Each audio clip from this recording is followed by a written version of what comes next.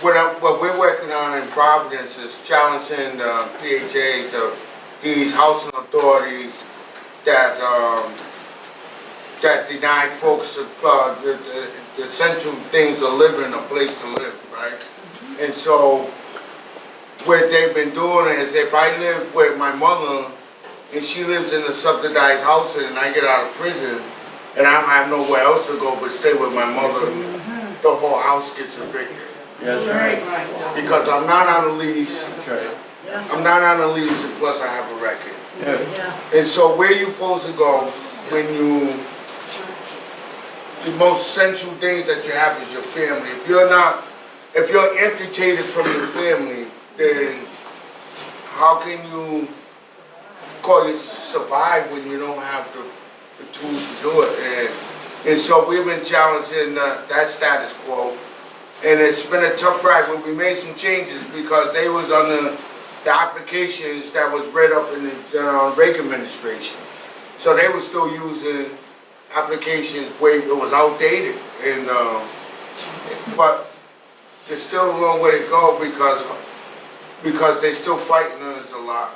And but HUD from Washington is challenging all the housing authorities to give these folks a second chance. So our more would be revealed, but that's what we're fighting within the criminal justice system. All right, good. Thank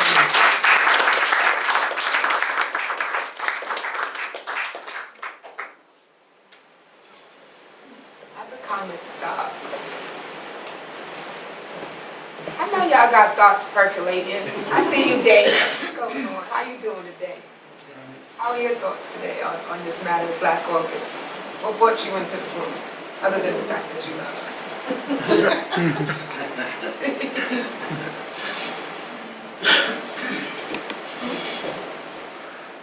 I didn't come to monopolize the conversation.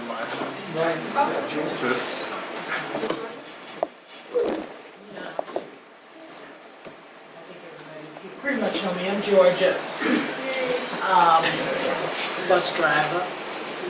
I'm finding that the issues are the same everywhere.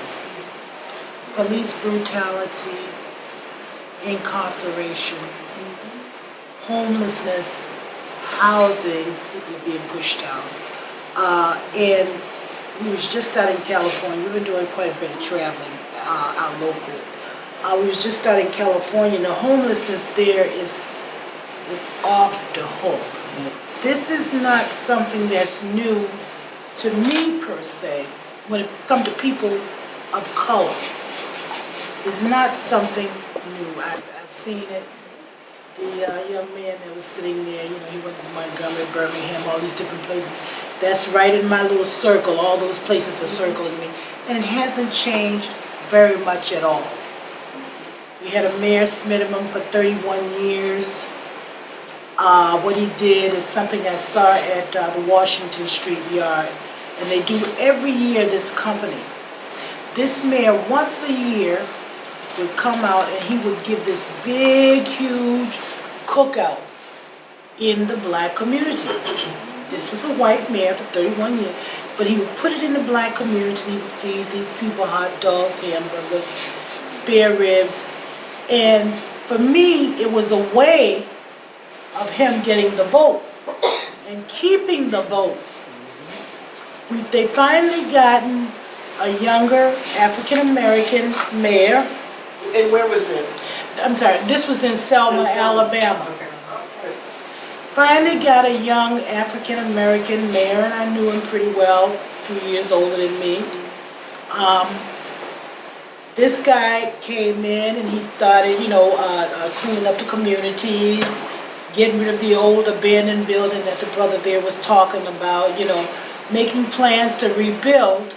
Well, I have a first cousin that has her doctorate degree, so she worked with the state, so she sees a lot of things. Well, this mayor, when he came in telling what Smitterman was getting per year for being on other committees. She says, "Cuz I wouldn't have done that if I was Perkins." That's who the new mayor was. Well, the people themselves that was set in this old slave mentality, they had issues with Perkins because, and I heard it about 7 or 8 times while I was down there, from people my age. At least Mayor Smitterman gave us a cookout once a year. And it hit me here every year when I go to Washington Street Yard and I see this company has set out on this table donuts, bagel, coffee, juice, water. And this is done once a year. Yeah. Only difference is no meat. Okay. And I see the people running for it. So I happened to be talking to my brother, which moved back to Selma, Alabama to be with my mom. And he mentioned it, you know. So it's still there, it's still going on. There's a lack of knowledge within the communities. We are not working together the way that we should be to inform people, because if it hurt me because of my color, you better believe it's hurting you, because of who you are, what you stand for. So I just like to say our trip to California was really nice. We had a nice delegation. I'd like to thank the Workers' World Party too, because every place that I've gone to, I have not ever not seen someone or someone's from that party supporting what's going on. So I just like to say things haven't changed. It haven't changed in all these. The only difference is the technology is greater.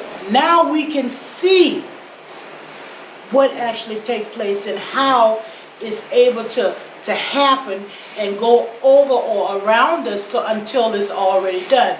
We have this housing crisis. In fact, I know someone right now paying $1,500 a month rent, and the end of April this person got a rent increase of $500, which means $2,000 a month rent.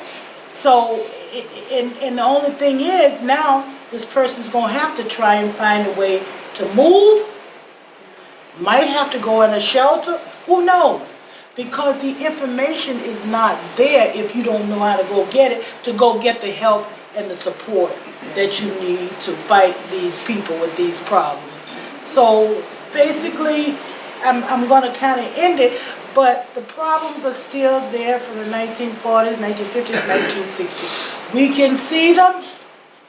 We got to work it. Do something to try and get some change, some relief, because they're not going to give it to us. That's right. They're not going to give it to us because they get it in their pockets. They want to keep it in their pocket and get more. They don't care what's going on with you. So my trip out to California was really a sweet one. And I've learned so much, and I really do feel empowered working with my union and being introduced to the Workers' World Party. It's really been a blessing for me. Thank you, Maya. That's it.